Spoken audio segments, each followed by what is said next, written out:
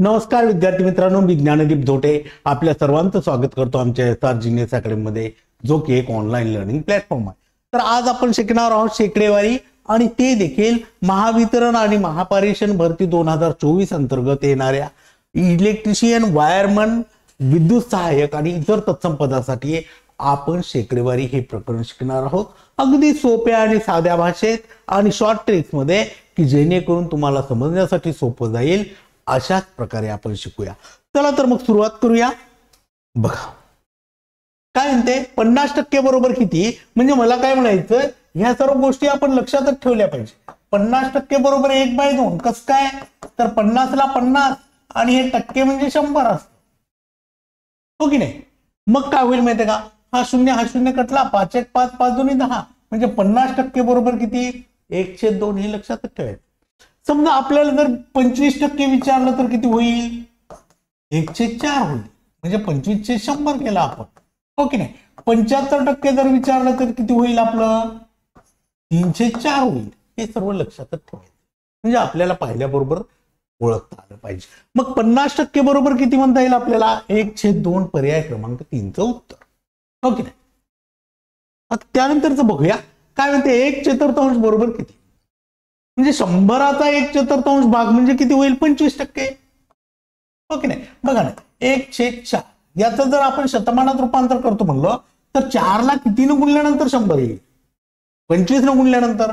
मग अंशाला देखील 25 न गुणूया ना, 1 गुणिला 25 बरोबर काय होईल, 25/100 बरोबर काय होईल, 25%।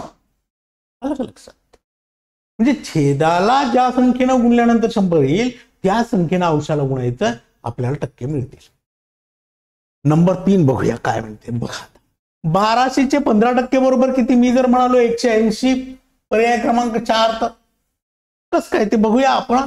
अशा प्रकारे आपण शाळेत शिकलो, 1200 चाचीचे म्हणजे गुणीला हो ना, आणि 15% म्हणजे 15/100, हे 2 शून्य गेले बरोबर, आपल्याकडे उरलात 12 गुणीला 15 बरोबर किती, 180 या दोघांचा गुण। पण आपल्याला माहित आहे या दोघांचा गुणाकार असून याच्या छेदाला 100 येतात, मग हे 2 शून्य इथंच कॅन्सल करूया ना। आपल्याकडे काय राहिला, 12 गुणीला 15 बरोबर किती, 180। हे एवढं लिहित बसायची काही गरजच नाही। आपल्याला माहित आहे जेव्हा जेव्हा टक्के येतात, शेकडेवारी येतं, तेव्हा छेदाला 100 येतात, मग अंशाचे 2 शून्य आणि छेदाचे 2 शून्य कॅन्सल, राहिलेल्या संख्येचा गुणाकार, काम खतम। त्यानंतर बघा काय होईल आता, 12 8 96 24 चोक 96, 24% होईल की नाही। कसं होईल माहितीये का, इथल्या इथंच पाहूया आपण, 1200 गुणीला 8/100 होईल की नाही, बरोबर 400 गुणीला x बाय किती होईल, 100, हो की नाही। हे 2 शून्य कॅन्सल करूया इथंच, ठीक आहे। आता बघा या दोघांचा गुणाकार किती आला, एकदा लिहू, 12 गुणीला 8 आणि इकडे किती उरला, 4 गुणीला x। आता बघा या दोघांचा गुणाकार 96 आला ना, हो की नाही। मग मला सांगा या 4 ला कितीनं गुणल्यानंतर 96 येतील, तर 24 न,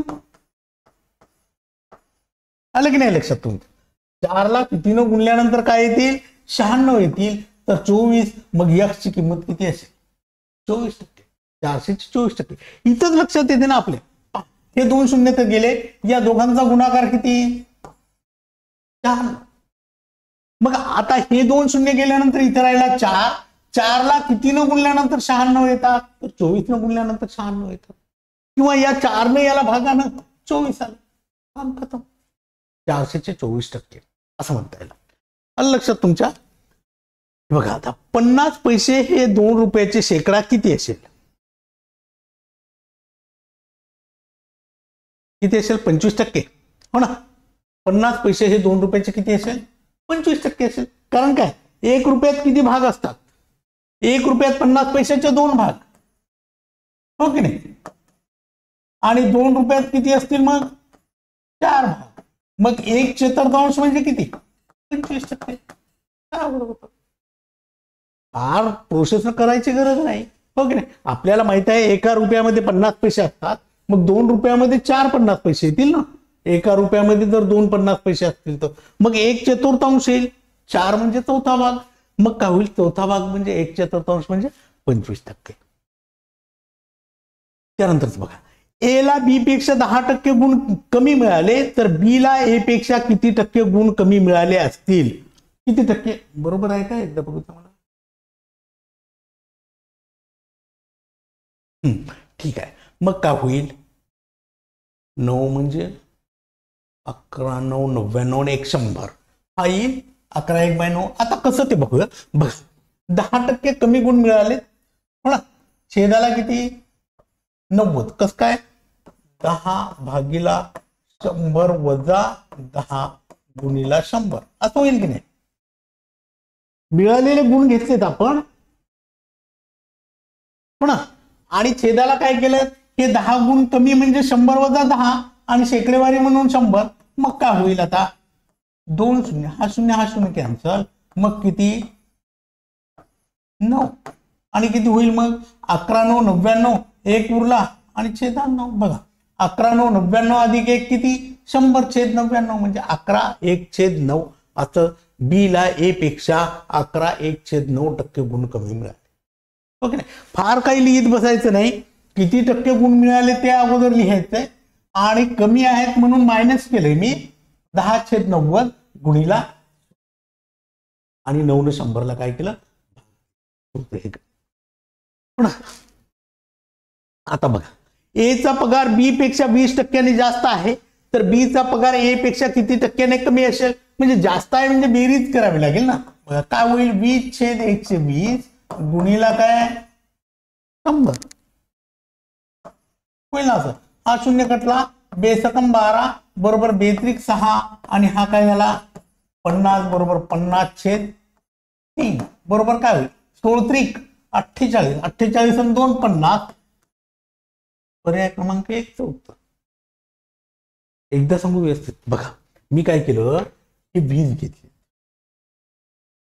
हो ना. आता काय करायचं माहितीये का? 100 अधिक 20 करायचे. कारण काय? जास्त हो की नाही. या अगोदर काय होतं? कमी होतं म्हणून मायनस केलं आपण. आता जास्त आहे म्हणून प्लस केलेत आणि गुणीला काय? टक्के म्हणजे 100. मग काय? 20/120 आणि गुणीला 100 इथं चालू होतं. 1010 बेसकम 12 मग पुन्हा बेत्रिक 6 आणि बेपंच 10 बरोबर 50 छेद किती? 3. मग 3 न भागितल्यावर याला काय होईल? 3 1 3 2 उरले 20 झाले. 3 सका 18 2 उरले 16.203 पर्याय क्रमांक 1 चं उत्तर. असं एवढ्या सोप्या पद्धतीने आपल्याला हे सर्व करता येईल. लक्षात तुमच्या समोरच घेऊया. साखरेची किंमत 60% वाढली तर घरात साखर किती टक्के कमी वापरावी म्हणजे खर्चात वाढ होणार नाही. म्हणजे खर्च जशाला तसाच राहील असं आपल्याला म्हणते. मग काय करावं लागेल आपल्याला? वाढली ना, वाढली म्हणजे जास्त झाली ना. मग 60/160 गुणीला किती? 100 होईल असं. हा शून्य कॅन्सल करूया. बेत्रिक 6 बेआठी 16 पुन्हा इथं 4 2 8 4 25 100 बरोबर किती? 25 त्रिक 75/2 बरोबर 37.5. 2 ने याला भागितलं ना. पहा, बेत्रिक 6 1 उरला 15 झाले. बेसाती 14 1 उरला भाग जात नाही 0 दिला. बेपंच 10 37.5% साखर कमी वापरली पाहिजे. म्हणजे काय? हिशोबाचा पैशाचा ताळमेळ व्यवस्थित येईल. कारण काय? 60% जेव्हा किमती वाढल्या तेव्हा साखरेच्या पण या अगोदरच्या सारखंच होतं, फक्त इथं साखर वापरली आपण. नंबर 9 काय म्हणते? वस्तूची किंमत 15% ने वाढली त्यामुळे खपात 15% घट झाली तर त्या व्यवहारावर काय परिणाम होईल? कसं काढता येईल? बघा काय होतं माहित आहे का? वाढ आणि घट सारखीच आहे ना. वाढ आणि घट सारखीच आहे तेव्हा काय करायचं माहित आहे का? 15चा वर्ग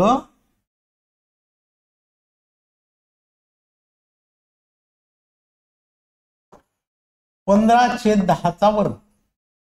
हा दोन्ही सारखीच आहे. हा आलं लक्षात. शेकडा वाढ आणि शेकडा घट सारखीच आहे तेव्हा ते सूत्र वापरायचंय. मग काय होईल माहितीये का, याचा वर्ग करायचा, छेदाला 10 लिहायचे, म्हणजे किती होईल 225/100. आता काय करायचंय, छेदाला किती आहे 100, हो की नाही, म्हणजे 2 शून्य, म्हणजे उजवीकडून 2 शून्य 2 नंतर दशांश द्या ना, 2.25%. पर्याय क्रमांक 1 चं उत्तर. असं पण कधी जेव्हा शेकडा नफा आणि शेकडा तोटा सारखाच असेल किंवा आपल्याला वाढ आणि घट सारखीच असेल तेव्हा काय म्हणूया आपण, सामायिक नफा किंवा तोटा भागिला 100 आणि याचा वर्ग करू. इथे 10 लिहा, म्हणजे अंशछेदाचा वर्ग करा किंवा केवळ अंशाचा वर्ग करा. आलं लक्षात तुमच्या. अशा प्रकारे हे गणित होतं की जिथे वाढ आणि घट कशी होती, सारखीच होती. हो ना. बघा आता काय म्हणते, वस्तूच्या किमती पहिल्या वर्षी 20% वाढल्या व दुसऱ्या वर्षी 10% कमी झाल्या तर एकूण किती झाल्या, म्हणजे काय होईल, 120/100 गुणीला काय होईल, दुसऱ्या वर्षी 10% कमी झाल्या म्हणजे 90/100 गुणीला 100 होईल. 1 2 1 2 3 4 12 अष्टोदर्शे मायनस 100 बरोबर किती 8%. 8% काय होईल, मायनस होईल, घट होईल 8%. हो ना, 8% वाढ होईल. हा 8% वाढ होईल, कारण काय 8% वाढ होईल, कारण काय हे 108 100 पेक्षा जास्त आलेत ना, म्हणून वाढ होईल. हे जर 100 पेक्षा कमी आले असते तर घट झाली असती. बघा आता काय करायचं माहितीये का, 20% वाढ झाली म्हणजे 100 अधिक 20 बरोबर 120 होईल. 120 झाले, 120. तिथं किती आहे, 10% कमी म्हणजे काय 90 होईल की नाही. 100 - 10 90. इथे लिहू 100 अधिक 20% आणि इथे 100 - 10. हो ना, 1 नंतर दशांश द्या. काय उरला आपल्याकडे, 12 गुणीला 9 या दोघांचा गुणाकार किती 108. आता ज्या अर्थी हा गुणाकार 100 पेक्षा मोठा आला त्या अर्थी नफाच होईल, आणि हा 100 मधून वजा करूया, मग किती राहिला आपल्याकडे 8% नफा. असं होते. लक्षात तुमच्या. अशा प्रकारे गणित आपण सर्व शॉर्टकट पद्धतीने शिकणार आहोत की जेणेकरून तुम्हाला कमीत कमी वेळ लागला पाहिजे. फक्त गरज कशाची राहिली असेल माहितीये का, तुम्हाला जास्तीत जास्त प्रॅक्टिस करावी लागेल, तरच ह्या शॉर्ट ट्रिक्स तुमच्या कायमस्वरूपी लक्षात राहतील. अन्यथा जर याला 8-10 दिवस जरी गॅप पडला तर तुम्हाला पुन्हा काहीच समजणार नाही. बघा काय म्हणते, एका गावची लोकसंख्या 12,000 आहे. अरे यार, दरवर्षी ती 10% वाढते. बरं ठीक आहे, 3 वर्षानंतर त्या गावची लोकसंख्या किती. बरं आता सूत्रानं जर आपण करत बसलो तर खूप वेळ लागते. बघा मला माहित आहे 12,000चे 10% किती 1200. किती वेळेस लिहू मी, 3 वेळेस लिहिले. कारण काय 12,000चे 10% किती आले 12चे, ते मी 3 वेळेस लिहिले. का बरं, आपल्याला 3 वर्षाचं चक्रवाढ लोकसंख्या काढायची, हो की नाही. 3 वर्ष, 2 वर्षाची दिली असती तर 2च वेळेस लिहिले असते हे 1200. आता पुन्हा काय करा माहितीये का, याचं 10% काढा. 10% काढा म्हणजे हे 2 शून्य गेले, 12 आहे 120. 120 आपण 3 वेळेस लिहिले. आता पुन्हा याचे 10% काढा, एकदाच काढा. याचे 10% म्हणजे 0 गेले, किती राहिले 12 होईल. आता या तिघांची बेरीज करा, 12 किती 3600 अधिक या तिघांची बेरीज करूया, 12 किती 3600 अधिक 12 बरोबर 3600 अधिक 372 बरोबर किती 3972. पर्याय क्रमांक 2चं उत्तर अगदी असतो. नाहीतर मग आपल्याला काय सूत्र वापरावं लागलं असतं माहिती का, 12,000 हो की नाही, आणि कंसामध्ये हा आहे ना ए बरोबर पी कंसात 1 अधिक R/100 अशा प्रकारचं सूत्र वापरून त्याला खूप वेळ लागत होता. हीच पद्धत जर अवलंबली तर नक्कीच तुम्हाला कमीत कमी वेळात अचूक उत्तर मिळेल. हो ना. फटकन या 12,000चे 10% केले मी. 1200 आले, 3 वेळेस लिहिले, कारण 3 वर्ष आहेत.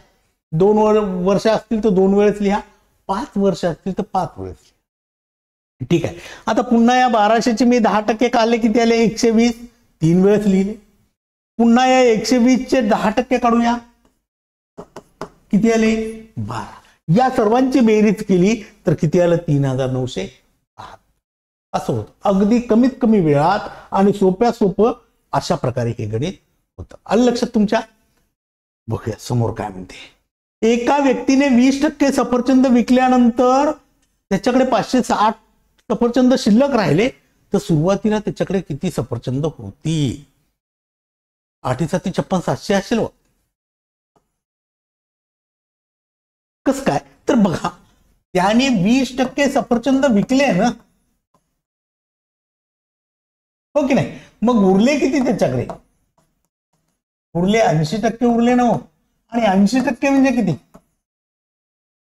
560. मग काय होईल माहिती आहे का? 560 गुणिला 100 भागीला किती? 8 7 56 बरोबर 7 गुणिला 100 बरोबर किती? म्हणजे त्या दुकानदाराकडे एकूण 700 सफरचंद होते. आलं लक्षात तुमच्या? मी काय केलं माहितीये का?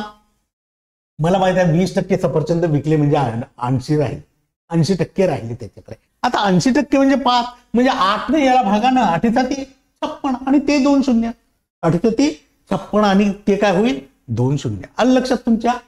अशा प्रकारचेच गणित तुम्ही उदाहरण घेऊन पहा, की जेणेकरून तुम्हाला खूप प्रॅक्टिस करता येईल. एक राहिलं माझ्यावरती. बघा, एका परीक्षेत 70% विद्यार्थी, बरं का, 70% विद्यार्थी गणितात नापास झाले, 15% विद्यार्थी विज्ञानात नापास झाले. दोन्ही विषयात 70%च आहे का? हा ठीक आहे. दोन्ही विषयामध्ये 5% विद्यार्थी नापास झाले, तर एकूण किती टक्के विद्यार्थी परीक्षेत पास झाले असं म्हणते? पास झाले म्हणते. बघा, आपल्याला सर्व नापास दिलेत. नापास बरोबर काय? 70 अधिक 15 वजा 5 या दोघांची बेरीज केली, कारण हा सेपरेट विषय आहे, हो की नाही? हा सेपरेट विषय आहे. 70% गणितात आणि विज्ञानात 15% त्यांची बेरीज केली, आणि दोन्ही विषयात 5% विद्यार्थी नापास आहे, म्हणजे वजा केला. मग काय राहिला आपल्याकडे? हा 5 10 80. 80% विद्यार्थी काय झालेत? नापास झालेत. मग पास किती झाले असतील? याला 100तून वजा करा ना. 100 वजा 80 बरोबर किती? 20%. पर्याय क्रमांक 2चं उत्तर. म्हणजे 20% विद्यार्थी पास झाले असतील. आलं लक्षात तुमच्या? अशा प्रकारे हे आपण शेकडेवारीचं प्रकरण शिकलो. अगदी सोप्या, साध्या आणि खूप सरळ पद्धतीने शिकलो, की जेणेकरून तुम्हाला समजायला सोपं जाईल. शॉर्ट ट्रिक्स महत्वाच्या आहेत. या सर्व शॉर्ट ट्रिक्सवर अनेक वेळेस तुम्ही प्रॅक्टिस करा, की जेणेकरून या शॉर्ट ट्रिक्स विसरणार नाहीत आणि तुमचा त्यामुळे परीक्षेत वेळ वाचेल. तेव्हा एक गोष्ट लक्षात ठेवा, अनेक उदाहरणांचा सराव करा, तेव्हाच ही शॉर्ट ट्रिक्स लक्षात राहील. आलं लक्षात तुमच्या? भेटूया उद्याच्या तासिकेत एका नवीन प्रकरणावर चर्चा करण्यासाठी, तेही सोप्या आणि साध्या भाषेत समजून घेण्यासाठी. Till then, good bye.